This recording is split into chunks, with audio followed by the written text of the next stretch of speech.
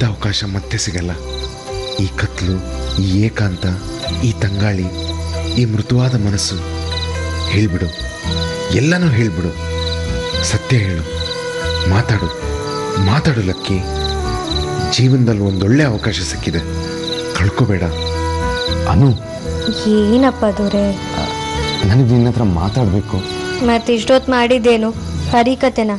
ಏನು ಹುಡುಗನೋ ನೀನು, ಹೇಳು. ಅಲ್ಲ, ನನಗೆ ತುಂಬ ಮಾತಾಡಬೇಕು. ಮಾತಾಡು, ಕೇಳಿಸ್ಕೊತೀನಿ. ಹೇಗೆ ಹೇಳಬೇಕು ಅಂತ ಗೊತ್ತಾಗ್ತಿಲ್ಲ. ಅನು, ನನ್ನ ಜೀವನದಲ್ಲಿ ಯಾವ ಹುಡುಗಿನೂ ಇಷ್ಟು ಹತ್ತಿರದಿಂದ ನೋಡಿದವನು ಅಲ್ಲ. ಜಗತ್ತಲ್ಲಿ ನಿನ್ನಂಥ ಹುಡುಗಿರಿರ್ತಾರೆ ಅಂತ ಗೊತ್ತೂ ಇರಲಿಲ್ಲ. ನೀನು ತುಂಬ ಲೈವ್ಲಿ, ನೀನಂದರೆ ಉತ್ಸಾಹ, ನೀನಂದರೆ ಜೋಶ್. ಎಷ್ಟು ಖುಷಿಯಾಗಿರ್ತೀಯ ನೀನು. ನನಗೆ ನಿಂತರ ಇರಬೇಕನ್ನೋ ಆಸೆ. ನನ್ನ ಎಲ್ಲ ಆಸೆಗಳನ್ನು ಒಟ್ಟು ಮಾಡಿ ದೇವ್ರು ನಿನ್ನ ಸೃಷ್ಟಿ ಮಾಡಿದ್ದಾರೆ ಅನಿಸುತ್ತೆ.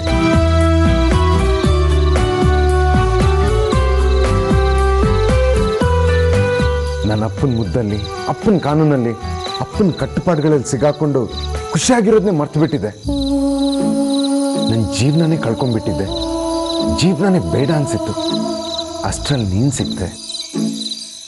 ನನ್ನ ಜಗತ್ತೇ ಬದಲಾಯಿತು. ನೀನು ಕರ್ಕೊಂಡೋಗಿದ್ದ ಜಾಗ, ನೀನು ತೋರಿಸಿದ ಪ್ರೀತಿ ಎಲ್ಲ ನನ್ನ ಹೊಸ ಹುಡುಗನನ್ನಾಗಿ ಮಾಡ್ತು. ನಾನು ನಿನ್ನ ತುಂಬ ಇಷ್ಟಪಡೋದಕ್ಕೆ ಶುರು ಮಾಡಿದೆ. ನಾನು ನಿನ್ನ ಭೇಟಿ ಮಾಡೋ ಹೊತ್ತಿಗೆ ನನಗೆ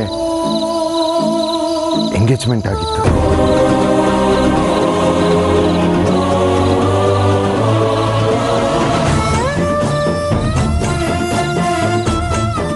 ಅವಳು ಒಳ್ಳೆ ಹುಡುಗಿನೇ, ಆದರೆ ನನಗೆ ಹೊಂದಾಣಿಕೆ ಆಗುವಂಥ ಹುಡುಗಿ ಆಗಿರಲಿಲ್ಲ. ಯಾರ್ದೋ ಬಲವಂತಕ್ಕೆ ನಿಶ್ಚಿತಾರ್ಥ ಆಗೋಯ್ತು. ಅದನ್ನು ಹೇಳೋದಕ್ಕೆ ಕೂಡ ಧೈರ್ಯ ಇರಲಿಲ್ಲ. ಎಂಗೇಜ್ಮೆಂಟ್ ಆಗಿದೆ ಅನ್ನೋ ಒಂದೇ ಒಂದು ಕಾರಣಕ್ಕೋಸ್ಕರ ನಾನು ನಿನ್ನ ಪ್ರೀತಿಸೋ ವಿಚಾರ ನಿನಗೆ ಹೇಳಿಲ್ಲ.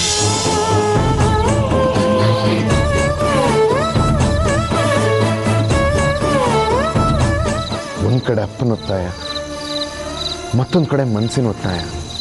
ಅನು, ನಾನು ನಿನ್ನ ಪ್ರೀತಿಸ್ತಾ ಇದ್ದೀನಿ.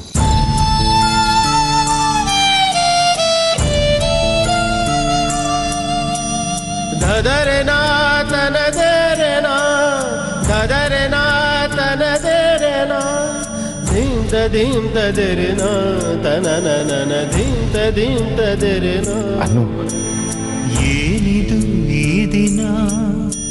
I love you Anu, I love you Anu, I love you.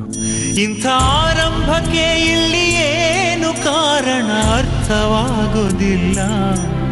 ನಿನ್ನಲ್ಲೇ 100 ಪ್ರಶ್ನೆನ ಕೇಳಿಕೊಂಡರೂ ಉತ್ತರಾನೇ ಇಲ್ಲ. ಕಾಣದ ಸೆಳೆತಕ್ಕೆ ಸೋತಿದೆ ಮನಸ್ಸಿದು. ದೇವರ ಲೆಕ್ಕವು ಎಂದಿಗೂ ತಪ್ಪದು. ಕುಣಿಸುವ ಪ್ರೀತಿಯ ಅಂಗೈಯಲ್ಲಿ ಕೈಗೊಂಬೆಯು ಎಂದು ನಾವಿಲ್ಲಿ. ಕಲ್ಲಂತ ಮನಸ್ಸೀಗ ಕರಗೋಯಿತು, ಆಸೆಯು ಎದೆ ತುಂಬಿ ಹಾಡಾಯ್ತು. ಈ ಪ್ರೀತಿಗೆ ಬಂತೀಗ ಚೈತ್ರ ಕಾಲ, ಕಣ್ಣು ತೆರೆದು ನೋಡು. ನಿನ್ನೆ ನಾಳೆಯ ಚಿಂತೆಯ ದೂರ ಮಾಡಿ ಮನಸ್ಸು ಬಿಚ್ಚಿ ಹಾಡು.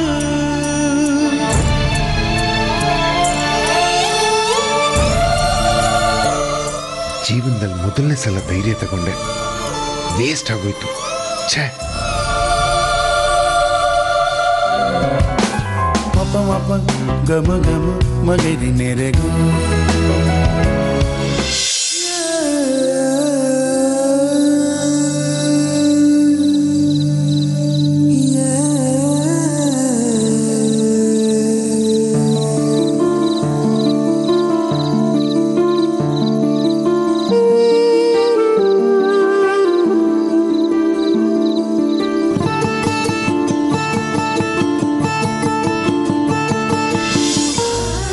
ರಾಜೀವಿ, ಅತ್ತಿಗೆ ನೀವು ಹೋಗಿ ಮಲ್ಕೊಳ್ಳಿ. ಇಲ್ಲ ರೀ, ನಾವು ಕಾಯ್ತೀವಿ. ದಪ ಮಗ ಮಾದಪ ನಿರಿಸನಿ ದಪ ಮಗ ಮಾದ.